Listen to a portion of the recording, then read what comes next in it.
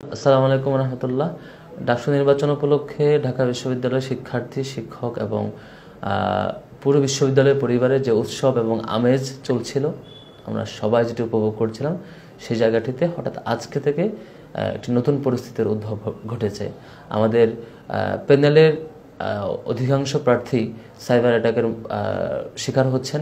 Already আমাদের গবেষণা ও প্রকাশনা সম্পাদক পদপ্রার্থী সাজ্জাদ হোসেন খানের আইডিটি অলরেডি সাসপেন্ডেড সাইবার অ্যাটাকের মুখোমুখি হয়ে, এবং আমাদের আরেকজন প্রার্থী স্পোর্টস সম্পাদক পদপ্রার্থী যিনি আরমান হোসেন, তার আইডিটিও সাসপেন্ডেড হয়ে গিয়েছিল। আমরা আমাদের বেশ কিছু ভাইদের সহযোগিতায় প্রাথমিকভাবে সেটা রিকভার করতে পেরেছি। আবার একই সাথে আরেকজন দায়িত্বশীল রেজাউল করিম শাকির, তার আইডিটিও সাসপেন্ডেড ফেসবুক থেকে। এবং আমরা লক্ষ্য করেছি এই আইডিগুলো সাইবার অ্যাটাকের আক্রমণের শিকার হওয়ার পরে বেশ কিছু পেজ থেকে যারা দাবি করছেন তারা এখানে অ্যাটাক করেছেন এবং তারা সেটি সফল হয়েছে বলে দাবি করছেন, যেটি আমাদের জন্য খুবই উৎকণ্ঠার, উদ্বেগের, যে রাষ্ট্র এবং প্রশাসন ডাকসুর মতো একটি গুরুত্বপূর্ণ জায়গায় তার প্রার্থীদের তথ্যের প্রাইভেসি এবং সোশ্যাল মিডিয়া অ্যাকাউন্টের নিরাপত্তার জায়গাটিকে ঠিকঠাক দিতে পারেনি।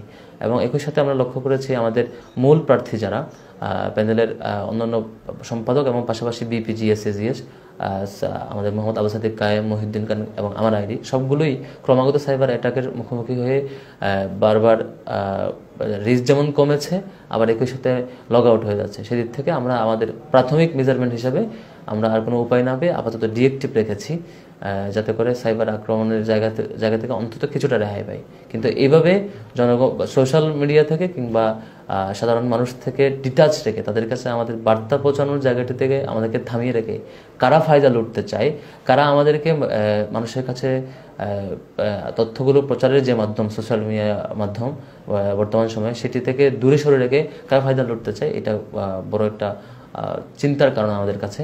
আমরা মনে করি ঢাকা বিশ্ববিদ্যালয়ের শিক্ষার্থীরা এই সামগ্রিক যে তৎপরতা, সাইবার ওয়ার্ল্ডে যে পরিমাণ আক্রমণ এবং আমাদেরকে ভিকটিম করা হচ্ছে প্রার্থীদেরকে, এ ব্যাপারে ঢাকা বিশ্ববিদ্যালয়ের শিক্ষার্থীরা সঠিক বিবেচনা করবে এবং বিবেচনার মধ্য দিয়ে আগামীকাল 9 তারিখ তাদের ডাকসুতে অংশগ্রহণের মধ্য দিয়ে, ডাকসু নির্বাচনে তাদের স্বতঃস্ফূর্ত অংশগ্রহণ করার মধ্য দিয়ে যারা ডাকসুকে বানচাল করতে চায়, যারা ডাকসুতে একটা অস্থিতিশীল পরিবেশ তৈরি করতে চায়, তাদেরকে সঠিক জবাব দেবে।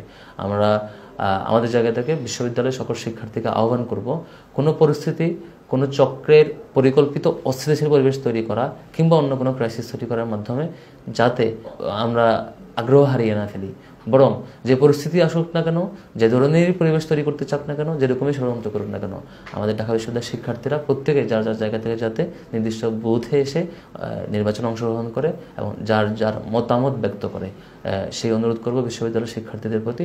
এবং আপনারা দেখেছেন এর আগেও জুলাই আগস্টের গণ অভ্যুত্থানে আগস্টের শেষের দিকে 2-3 তারিখ থেকে সোশ্যাল মিডিয়াতে অব্যাহতভাবে গুজব চলছিল, যাতে করে ফ্যাসিবাদী শক্তি শেষ মুহূর্তে পার পেয়ে যায়, সেরকম একটি পরিকল্পনা তাদের ছিল এবং অব্যাহতভাবে গুজব চলেছিল। ছাত্র জনতা সেই সময়টাতে কোনো গুজবে কান না দিয়ে এবং কোনো ধরনের প্রপাগান্ডায় কান না দিয়ে তাদের রায় এবং গণ অভ্যুত্থানে অংশগ্রহণ জারি রেখেছিল। ঠিক এই ডাকসুতে শিক্ষার্থীদের আগ্রহকে দমন করবার জন্য, ডাকসুকে বানচাল করবার জন্য নানা অপচেষ্টা, নানা তৎপরতা, অপতৎপরতা কিংবা অপপ্রচার, সিন্ডিকেটেড প্রপাগান্ডা সবকিছুই চলছে। একটি পক্ষ সেটির চেষ্টা করছে।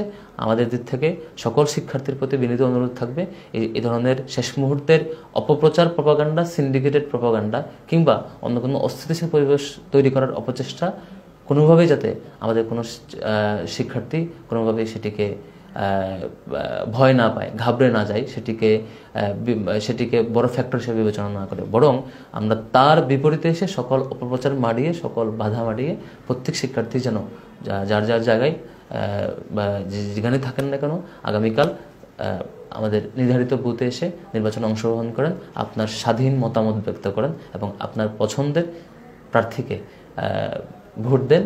এবং এই কিছু সময়ের আগামী এই একদিন কিংবা এই শেষ মুহূর্তের অপপ্রচার, প্রপাগান্ডা যাতে আমার আপনার কারো চিন্তাকে কোনোভাবে প্রভাবিত না করে, সেই অনুরোধ রেখেই শেষ করছি।